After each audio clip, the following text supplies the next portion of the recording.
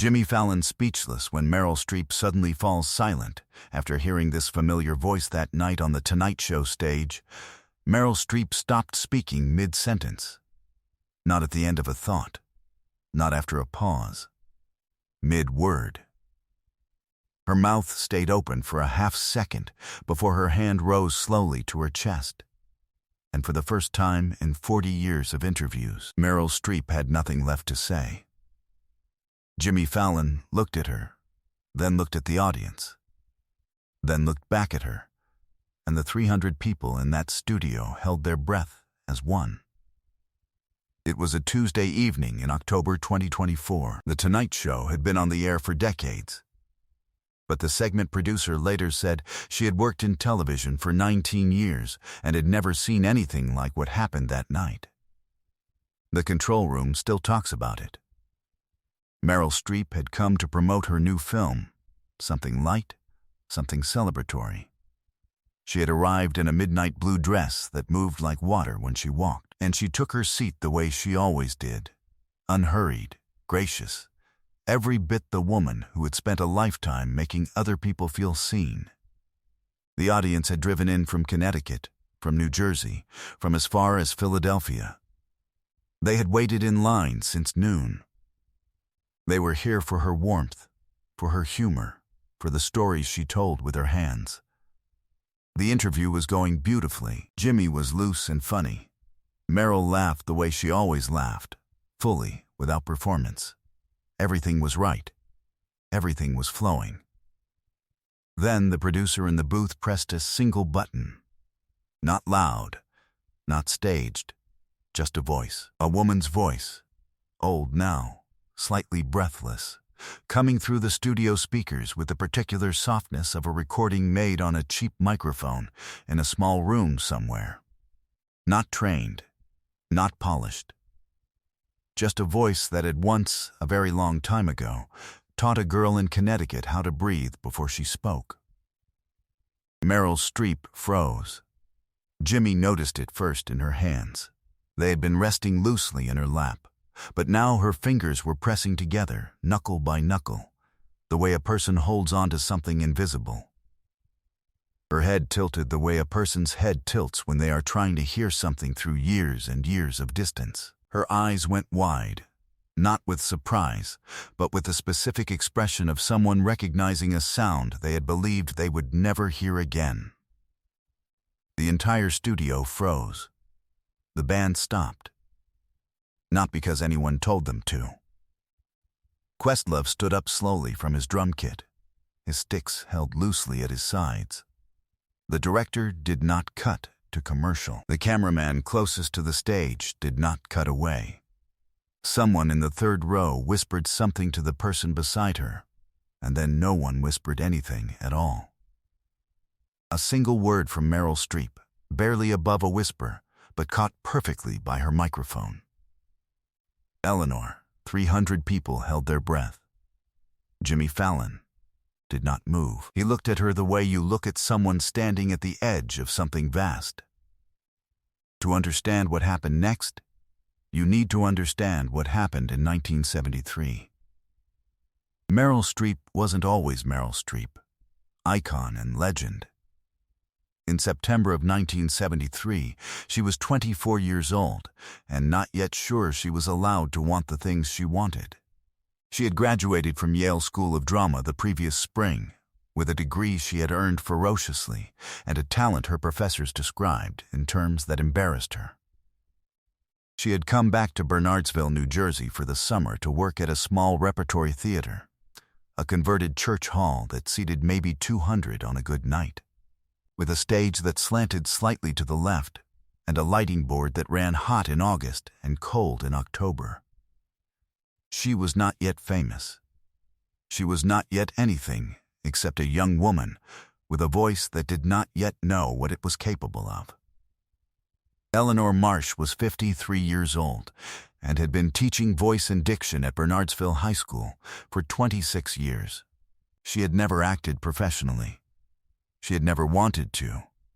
What she wanted, the thing she had always wanted, quietly, without telling anyone, was to hear a voice she had helped shape go out into the world and do something with it. She had taught hundreds of students how to breathe, how to place a sound, how to let a word land. Most of them had gone on to do something else entirely and sent her Christmas cards. Eleanor had come to the theater that September night alone because none of her colleagues understood why she still loved theater after all those years in a classroom. She had bought a single ticket, center orchestra, 7 rows back.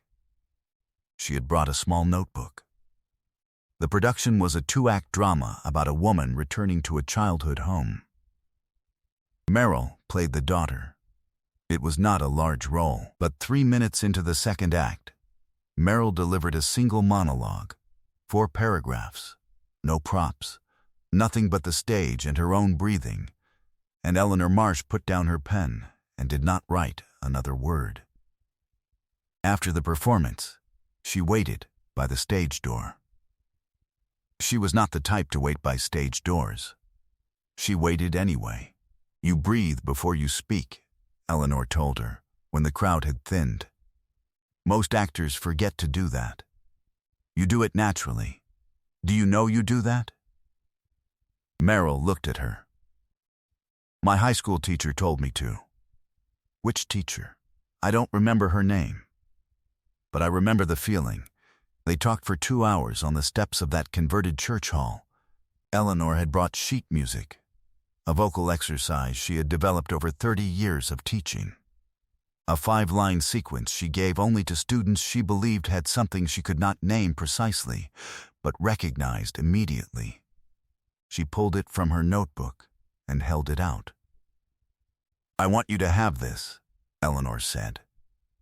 "It's not about singing. It's about knowing where your voice lives before you use it. Take it." Meryl took it. She folded it into her coat pocket. She used that exercise every day for the next 3 years. They wrote to each other after that. Long letters at first, about theater, about plays they had seen, about what a voice could do when it trusted itself. Meryl sent a letter from London in 1975 when she was there doing stage work. A letter that said simply, "I did the exercise before I went on tonight. I could feel it. Thank you." Eleanor kept every letter. Then the films started coming. The Deer Hunter, Kramer versus Kramer, Sophie's Choice. The voice that Eleanor had heard on the steps of a converted church in 1973 was now coming from cinema screens in 20 countries. Eleanor watched every film. She told no one about the letters. She did not want credit. She had never wanted credit. In 2019, Eleanor Marsh was diagnosed with a progressive condition that would, over time, take her voice. She was 89 years old. She had been retired from teaching for 24 years. Her daughter, a woman named Patricia, who lived in Phoenix and called every Sunday, helped her write one last letter to a management company she found after 3 weeks of careful searching. The letter was 3 paragraphs. It explained who Eleanor was. It explained the sheet music. It explained, briefly and without drama, what the doctors had told her. The response came in less than 24 hours. The arrangements were made quietly. The Tonight Show staff was told only that a specific guest would be in the audience that evening, a woman who had known Meryl Streep a long time ago. No details. Patricia helped Eleanor record a brief message, 37 seconds on a phone, in the small living room in Bernardsville, where Eleanor had lived for 50 years. Her voice still present, but thin now, like a radio station nearly out of range. Patricia sent the file. The producer placed it in the show's system and told no one else in the building what it was. Behind the scenes, Meryl had made a decision that defied every producer's expectation. She had asked that Eleanor not be told, before the taping, that Meryl would be the one to play the recording back. She wanted Eleanor to hear her own voice first, to hear herself, the woman she had been in that living room before she heard anything else. She wanted her to feel like a person, not a moment. But this is the moment no one in the studio and no one watching at home ever saw coming. The recording was 37 seconds. Eleanor's voice in that living room in Bernardsville, reading a single line from the vocal exercise she had handed to a 24-year-old woman on the steps of a theater in 1973. Meryl Streep recognized it after 4 words. She stood up, not quickly, slowly, the way a person rises when they are not entirely sure their legs will hold. Jimmy was already on his feet. He looked toward the audience and said, "Quietly, folks. I think we need to let this happen." And then he stepped back. There was a woman in the 4th row of the audience, 89 years old, in a pale green cardigan, her daughter Patricia sitting beside her. She was looking at the stage with an expression that had no name, not quite disbelief, not quite recognition, somewhere between the two. The expression of a person watching something they had given away a long time ago come back to them across a very great distance. Meryl walked off the stage and into the audience. She reached into the pocket of her midnight blue dress and took out a piece of paper. Old paper, folded in quarters, the creases gone soft with decades of folding and unfolding. She held it with both hands, the way you hold something that has been folded for 50 years. Eleanor looked at the paper. Her hand went to her mouth. "You kept it." Eleanor's voice was barely there. "Every single day. I was just a teacher in New Jersey." "You were the first person," Meryl said, her voice breaking clean in the middle of it. "Whoever told me my voice knew where it lived." Eleanor's hands were shaking. Patricia was crying. Jimmy Fallon, standing at the edge of the stage with his hands pressed together, was not doing much better. "Why didn't you tell me you were sick?" Meryl asked. "Because I didn't want you to come out of pity." Eleanor looked up at her. "I wanted to hear your voice one more time. I wanted to know it was still." She stopped. Started again. "I wanted to know it was still the same voice I heard on those steps." Meryl knelt down beside her chair. She began to speak the exercise, not performing it, not demonstrating it. Just speaking it, quietly, the way Eleanor had written it, the way Meryl had spoken it every morning for 50 years, in dressing rooms in London and Prague and Los Angeles and New York. Before every take and every performance and every night she had ever walked onto a stage, the standing ovation began somewhere in the middle of the 4th row and moved outward like a wave through the entire theater. 300 people on their feet before the exercise was even finished. The cameraman closest to the stage did not cut away. Share and subscribe. Make sure this story is never forgotten.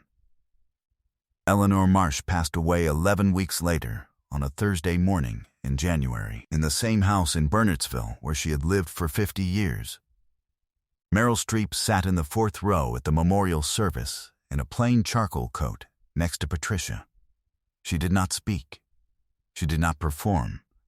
She was just a person in a chair, the way we all are in the rooms where we say goodbye to the people who first hurt us. The sheet music is framed now, on a wall in Eleanor's house. Patricia kept it there.